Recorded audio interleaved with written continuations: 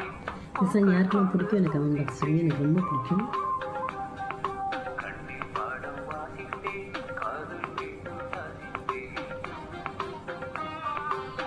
சொல்லத்தான் வார்த்தை இல்லை கண்ணே,